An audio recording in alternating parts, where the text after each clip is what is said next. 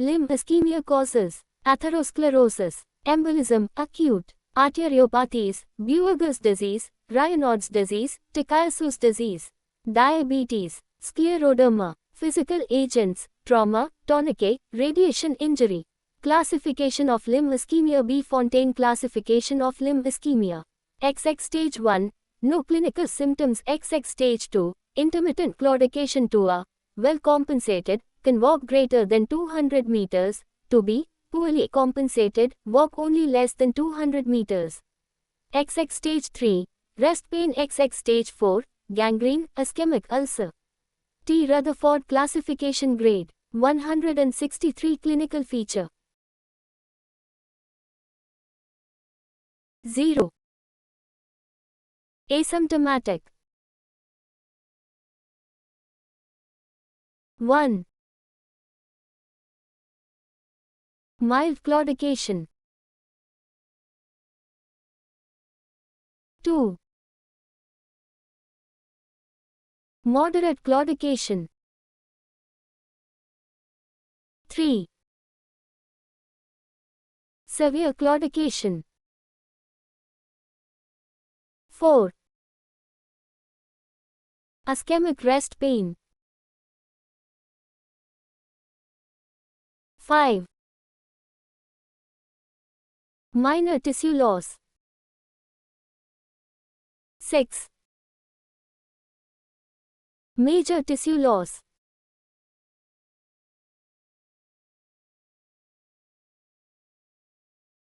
Limb ischemia is also classified as functional ischemia, critical ischemia.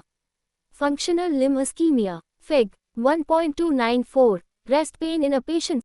Here flow of blood is normal when limbs are at rest, but will not be increased during exercise. It presents as claudication. It is defined as muscle discomfort in the limb reproducibly produced by exercise and relieved by rest within 10 minutes.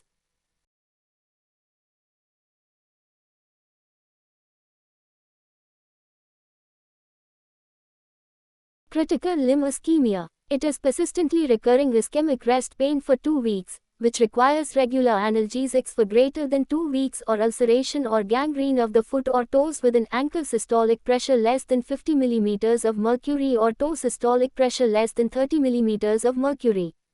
Ankle brachial pressure index, ABPI, will be less than 0.3. One should check blood pressure in all 4 limbs. ABPI is checked in supine position. Systolic blood pressure in upper and lower extremities, 2 upper and 2 lower, is checked and higher value of each extremities is taken. ABPI is calculated. Results. ABPI greater than 0.9 is normal. 0.70 minus 0.89 is mild ischemia. 0.50 to 0.69 is moderate ischemia. Less than 0.5 is severe. Rest pain. Less than 0.3 critical ischemia. Tissue necrosis. Drawbacks. Calcification of the vessel wall may make vessel incompressible, causing high ABPI greater than 1.3, which is often observed in diabetics. In a patient with intermittent claudication, ABPI may be apparently normal, and if it is so, ABPI should be rechecked after exercise when the pain develops, which will show the drop in ABPI greater than 20% of earlier one. It may suggest significant ischemia.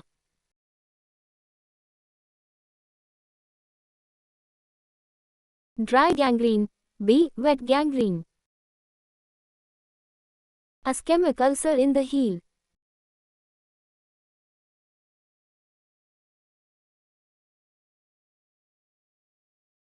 Skip lesions in ischemic limb.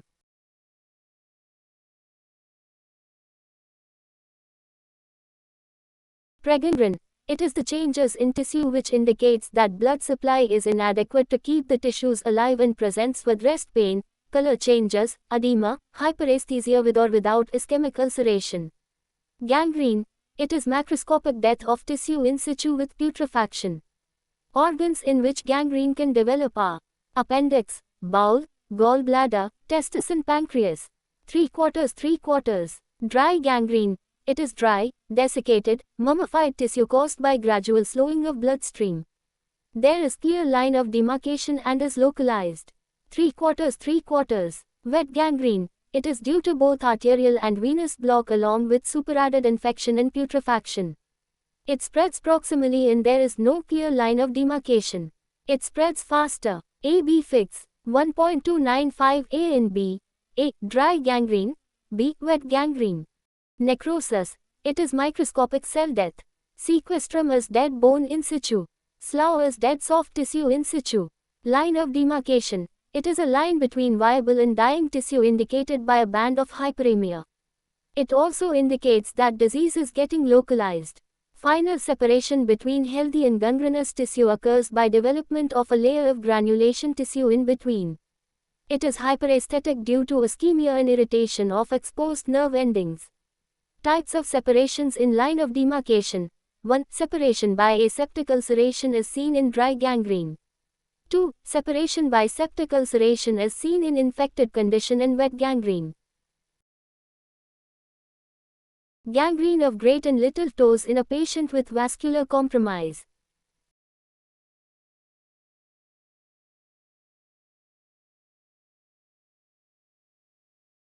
Ischemic ulcer foot in a diabetic patient. Gangrene of all toes at their distal phalanges. All ischemic features are obvious.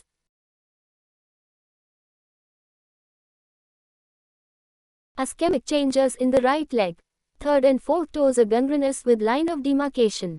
Great and little toes are partly gangrenous.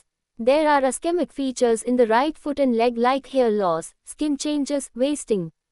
B. Features of ischemia. XX marked pallor, purple-blue cyanosed appearance, XX thinning of skin, diminished hair, loss of subcutaneous fat, XX brittle nails, with transverse ridges, XX ulceration in digits, wasting of muscles, XX tenderness and temperature, cold.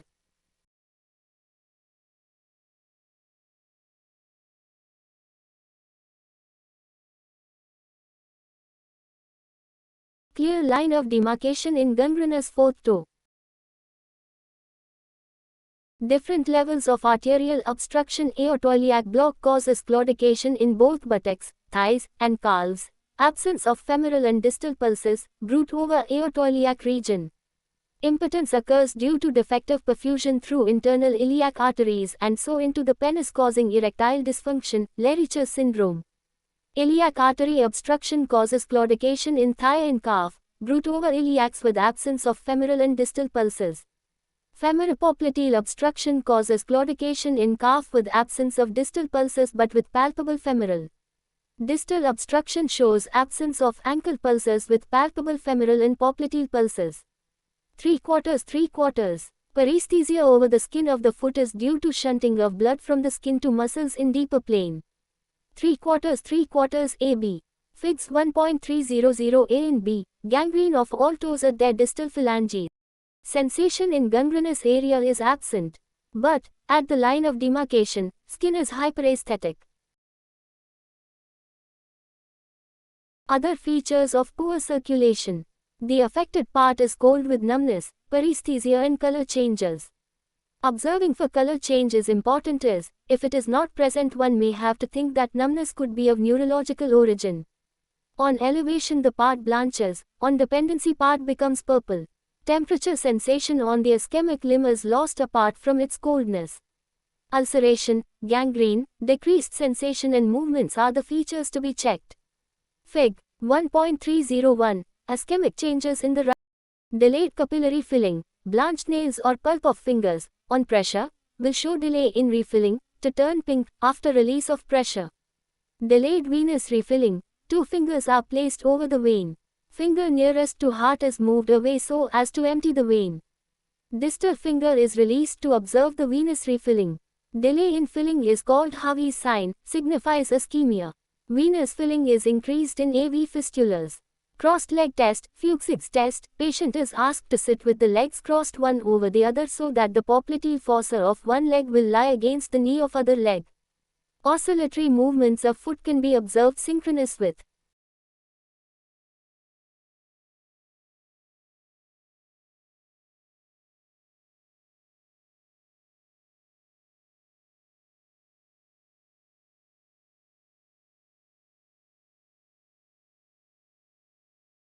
The popliteal artery pulsation. This movement is absent with blockage of popliteal artery.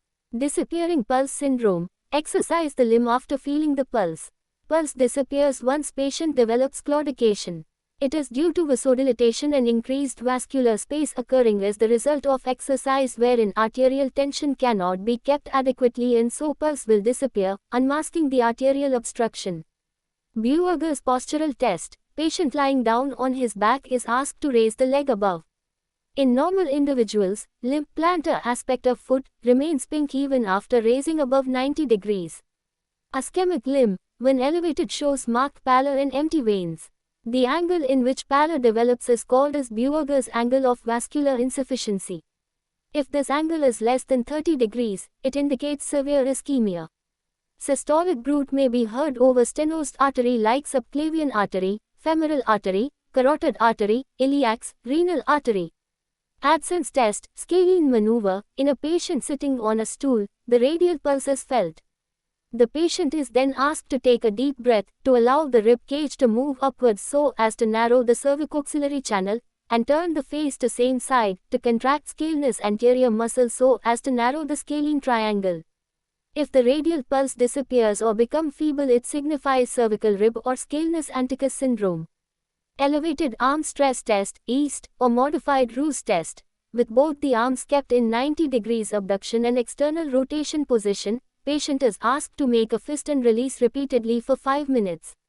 In normal side, patient will continue to do the maneuver, whereas in diseased, thoracic outlet syndrome, side patient gets pain and paresthesia with difficulty in continuing the maneuver. Patient drops the arm down to relieve the symptoms. Costoclavicular compression maneuver, Falconer test. Radial pulse becomes absent when patient draws his shoulders backwards and downwards in excessive military position. This is because at this position, subclavian artery is compressed between first rib and clavicle, leading to feeble or absent radial pulse. Halstead maneuver, another similar test. Hyperabduction maneuver, right test. When affected arm is hyperabducted, radial pulse becomes absent or feeble due to compression of artery by pectoralis minor tendon. Allen's test. It is done to find out the patency of radial and ulnar arteries. Both the arteries are compressed near the wrist and allowed to blanch completely in 1 minute. In the meantime, patient closes and opens the fist several times for further venous outflow. Palm appears pale and white. One of the arteries is released and color of hand is noted. Normally hand will become pink and flushed in no time, whereas in obstruction, the area will still remain pale. Other artery is also released and looked for changes in hand. Often test has to be repeated to get proper information.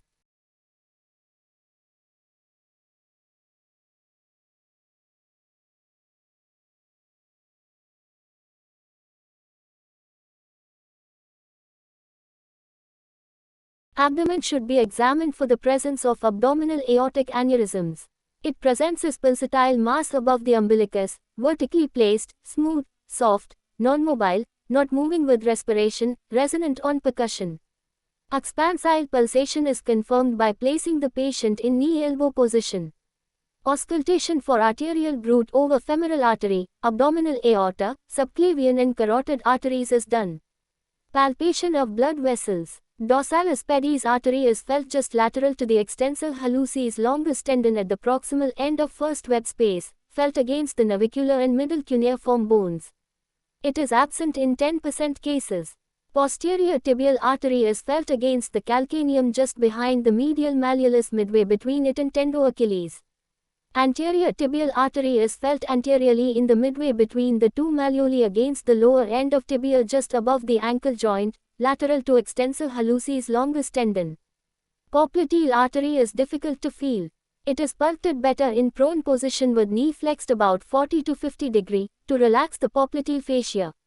It is felt in the lower part of the fossa over the flat posterior surface of upper end of tibia. In upper end of the fossa, artery is not felt as there is no bony area in intercondylar region. Femoral artery in the groin is felt just below the inguinal ligament midway between anterosuperior iliac spine and pubic symphysis. Often hip has to be flexed for about 10 to 15 degree to feel it properly. Radial artery is felt at the wrist on the lateral aspect against lower end of the front of radius. Ulnar artery is felt at the wrist on the medial aspect against lower end of the front of ulnar. Brachial artery is felt in front of the elbow just medial to biceps brachii tendon.